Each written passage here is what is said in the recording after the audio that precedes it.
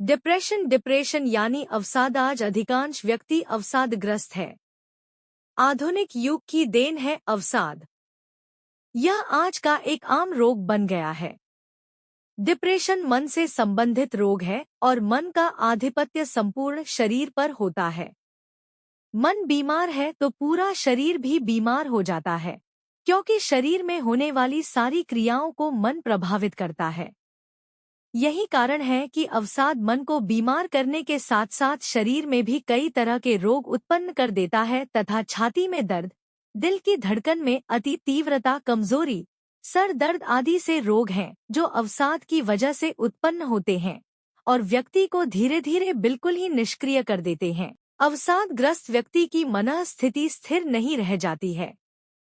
वह किसी एक कार्य पर नहीं रह पाता है। उसके विचार पल पल बदलते रहते हैं, क्योंकि उसका मन बीमार होता है। एक स्वस्थ मन वाला व्यक्ति भला सही निर्णय कैसे ले सकता है? सही निर्णय लेने के लिए मन का स्वस्थ होना बहुत जरूरी होता है। काम धंधे में मन न लगना, स्वभाव में चिड़चिड़ापन और क्रोध का शामिल हो जाना और हर पल हताश और निराशा रहना अवसादग्रस्त व्यक्ति की सबसे बड़ी समस्या है। युवावस्था और बुढ़ापे में अवसादग्रस्त होने का अंदेशा अधिक रहता है तथा पुरुषों की तुलना में महिलाएं इस रूप से अधिक प्रभावित होती है। अवसादग्रस्त वैसे लोग भी हो सकते हैं जो निराशावादी होते हैं, हर पल नकारात्मक ही सोचते हैं और अपने आसपास ऐसी ही सोच का घेरा बनाए रखते हैं। हीन भावना के शिकार व्यक्ति भी अवसादग्रस्त हो सकते हैं, क्योंकि उनके अंदर हमेशा दूसरों से कमजोर और छोटा होने के भावों का मंथन चलता रहता है, जिससे मन प्रभावित होता है और मन में उठने वाले भाव मन को पूरी तरह से अवसादग्रस्त कर देते हैं। अवसाद मुख्य रूप से मस्तिष्क में अनेकों रासायनिक स्राव के असंतुलन के कारण होता है। इस रोग में कुछ मांसपेशियां सख्त हो जाती है और रोगी में बेचैनी का आना, अनावश्यक रूप से शारीरिक अंगों को हिलाना, कंधे उचकाना, किसी भी बात पर चिढ़ जाना, एकांत में हंसना, बातें करना, बात बात पर घबरा जाना आदि लक्षण थोड़े समय के लिए होते हैं और कुछ लक्षण लंबे समय के लिए होते हैं। अवसादग्रस्त कुछ व्यक्ति समय के सदुपयोग, योग, ध्यान एवं प्राणायाम के नियमित अभ्यास से पूर्णतः स्वस्थ हो जाते हैं और जो रोगी समय का सदुपयोग करना नहीं जानते हैं, योग और ध्यान में विश्वास नहीं करते हैं, उसकी समस्या और भी बढ़ती चली जाती है। डिप्रेशन का एक रूप मैनिक डिप्रेशन साइकोसिस भी होता है, जिसे बाइपोलर इफेक्टिव डिसऑर्डर भी कहा जाता है। यह कई सालों तक चलता रहता है और इसका उपचार बहुत ही कठिन और जटिल होता है। इसके एक छोर पर डिप्रेशन होता है तो दूसरे छोर पर मैनिया होती है। जब व्यक्ति डिप्रेशन में होता है तो कोई भी कार्य करना नहीं चाहता है, यहाँ तक कि वह नहाना धोना भी नहीं चाहता है और हमेशा बिस्तर पर ही पड़ा रहता है। जब वह डिप्रेशन के दौर से उभरता है तब वह मैनिया में चला जाता है। इस अवस्था में उसमें अधिक आत्मविश्वास आ जाता है, उसमें जरूरत से ज्यादा जोश और उत्साह आ जाता है, जिसके फल स्वरूप वह मारपीट, लड़ाई झगड़ा और गाली गलौज करने लगता है।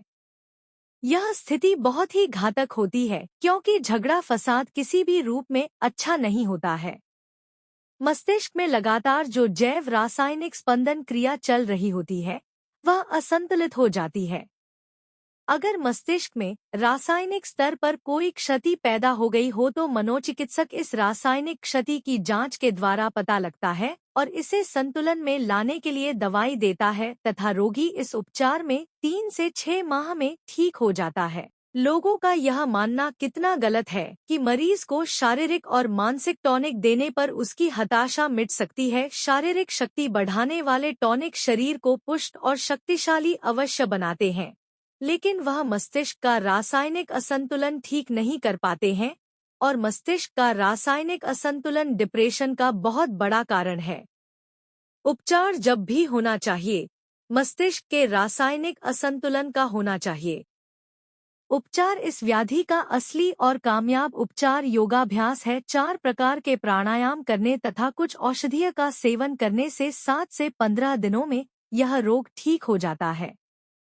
कुछ विशेष परिस्थितियों में यह उपचार लंबा भी खींच सकता है। इसके लिए साइकोथेरेपी, इलेक्ट्रोकंपल्सिव थेरेपी, व्यवहार चिकित्सा, योग चिकित्सा, ध्यान चिकित्सा आदि अनेक पद्धतियां सहायक है। लेकिन इन सब में योग चिकित्सा सर्वोपरि है और सर्वोत्तम है, क्योंकि योग उपचार एक निरापद और पूर्णतया स्वाभाविक चिकित्सा पद्धति है। इस चिकित्सा की सबसे बड़ी विशेषता यह है कि रोगी जब योगाभ्यास करता है तब स्वतः ही उनमें रोगों से लड़ने की क्षमता शरीर के भीतर उत्पन्न हो जाती है। डिप्रेशन का उपचार किस पद्धति से करना है, यह इस बात पर निर्भर करता है कि डिप्रेशन यानी अवसाद किस तरह का है।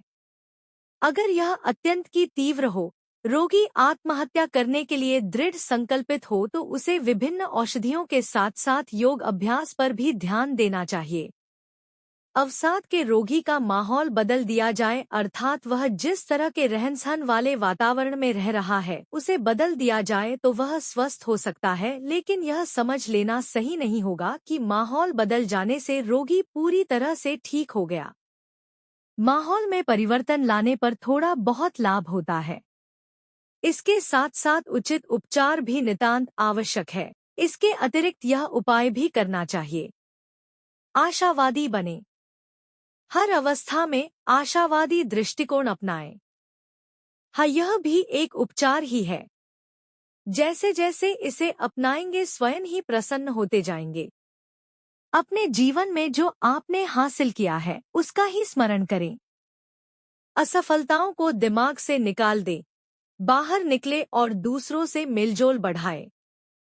कभी भी खाली ना बैठे, क्योंकि खाली बैठने वाला ही गलत सोचता है। अपने लिए कोई ना कोई काम निकले और उसे पूर्ण मनोयोग से करें। इससे आप में विश्वास बढ़ता है। प्रतिदिन व्यायाम करें, उससे अच्छी नींद आती है। व्यायाम मस्तिष्क की रासायनिक प्रक्रिया को भी संतुलित करता है, लेकिन व्यायाम विशेषज्ञ की सलाह से ही करना चाहिए। अच्छी साहित्य पढ़ें। अच्छी साहित्य डिप्रेशन दूर करने में सहायक होता है। सिद्ध महापुरुषों के प्रवचन सुने और उनकी शरण में जाएं। आप यह सदा याद रखें कि डिप्रेशन के मरीज आप अकेले नहीं हैं। डिप्रेशन से डरना या घबराना या चिढ़ना भी ठीक नहीं है। भूल कर भी कभी तंत्र मंत्र या झांग फूंक के चक्कर में ना पड़े, इससे समस्या और बढ़ सकती है। बिना समय गंवाए योग का अभ्यास करना ही सर्वोत्तम है।